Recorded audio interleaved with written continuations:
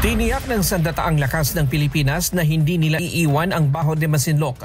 Ito'y bilang tugon sa bagong hakbang ng China na plano nitong magtayo ng nature reserve sa nasabing bahagi ng West Philippine Sea. Ayon kay AFP Chief of Staff General Romeo Browner Jr., ang pisikal na presensya ang susi para mapigilan ang mga hakbang ng China sa nasabing bahura. Yes, meron po tayong mga contingency plans at ang pinaka-strategy po natin talaga is dapat hindi natin iwan yung West Philippine Sea. Because the name of the game is presence, physical presence. Kung sino po yung nandyan, siya ang may control ng area. Kaya hindi po natin iiwan ang West Philippine Sea. May nakahanda na ring contingency plan ang AFP sakaling ipagbawal ng China sa mga mangingisdang Pilipino ang pagpasok sa Scarborough Shoal. Tiniyak naman ito na patuloy ang pagpapatrolya ng Philippine Navy katuwang ang Philippine Coast Guard upang siguruhin ang kaligtasan at karapatan ng mga mangingisda sa lugar.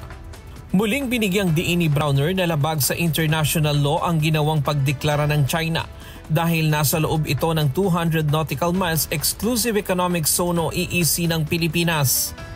Hindi naman po ako isang abogado but talagang kitang-kita na labag sa batas ito. This is illegal, no? Yung kanilang ginawang hakbangin na ito. But our Department of Foreign Affairs is already filing the necessary charges or complaints. Kaya't magtiwala po tayo dun sa proseso. Hindi naman po pwede na lumusob lang tayo dun at sakupin rin yung Bajo de Masinloc. Samantala, nitong Sabado, kinilala ng AFP at Department of National Defense ang malaking ambag ng Reservist Command sa pagdiriwang ng 46 National Reservist Week.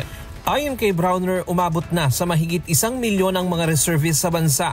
Subalit kailangan pa rin ng dagdag puwersa upang matugunan ang mas malalaking hamon na kinakaharap ng Pilipinas.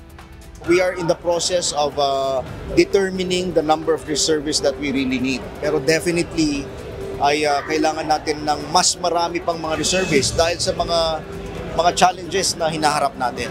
No, meron tayong challenge dun sa West Philippine Sea, meron tayong challenge na hinaharap pa rin sa internal security, and of course, taon-taon meron tayong disasters. Meron tayong mga bagyo, may mga earthquakes, may mga pagputok ng bulkan, at sino ang nasa frontline?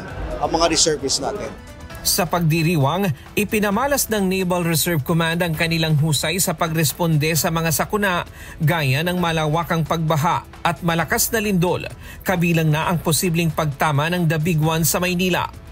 Samantala, nagpakita rin ang Philippine Air Force Reservists ng warfighting capability, gaya ng paggamit ng drone sa isang hijacking scenario. Ryan Lacanlale, UNTV News and Rescue. Diyos ang aming sandigan, serbisyo publiko ang aming pinahahalagahan.